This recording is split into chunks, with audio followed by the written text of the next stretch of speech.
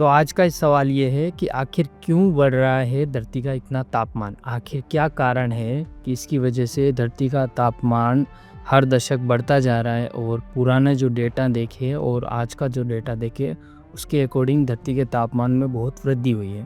तो आखिर क्या कारण है और ऐसा कौन सा प्रोसेस है जो इस तापमान बढ़ाने में मदद करता है और उसका कारण है?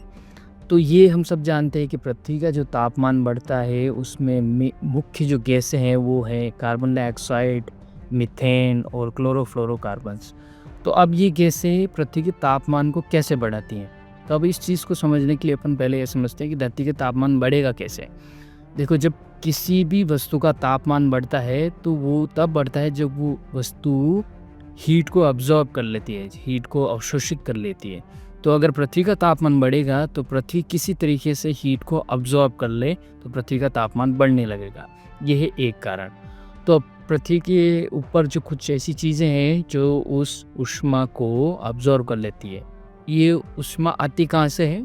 ये आती है सूर्य के प्रकाश से। जो सूर्य का प्रकाश धरती के वायुमंडल को क्रॉस करके पृथ्वी की सतह पर आता है तो ये ऊष्मा पानी के द्वारा और भी बहुत सारी चीज़ें हैं जैसे कि कंक्रीट के द्वारा और जो सिटीज़ में जो डामर की सड़कें होती हैं उनके द्वारा अवशोषित हो जाती है।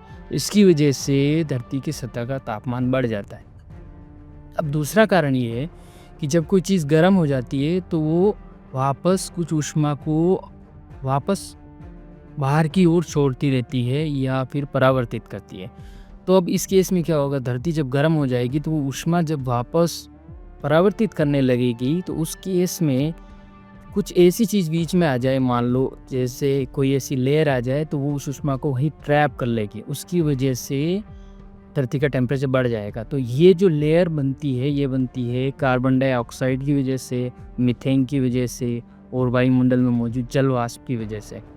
तो इसकी वजह से क्या होता है, पृथ्वी पर जो सूर्य के प्रकाश से जो गर्मी आती है वो पृथ्वी की सतह पर आ तो जाती है, लेकिन जब वो वापस रिफ्लेक्ट होकर अंतरिक्ष में जाने की कोशिश करती है तो ये जो लेयर है इस लेयर की वजह से कार्बन डाइऑक्साइड, मीथेन और जल वाष्प की लेयर इसकी वजह से टकराकर यहीं ट्रैप हो जाती है। इसी कारण से ये टेम्परेचर बढ़ने लगता है।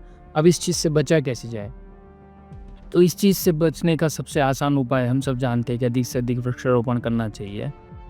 और ये जो गैसें हैं जो ग्रीन हाउस इफेक्ट बनाने में कारण का काम करती है, ये है कार्बन डाइऑक्साइड और मीथेन। इन गैसों का कम से कम उत्सर्जन हो और वायुमंडल में कम से कम स्टोर हो।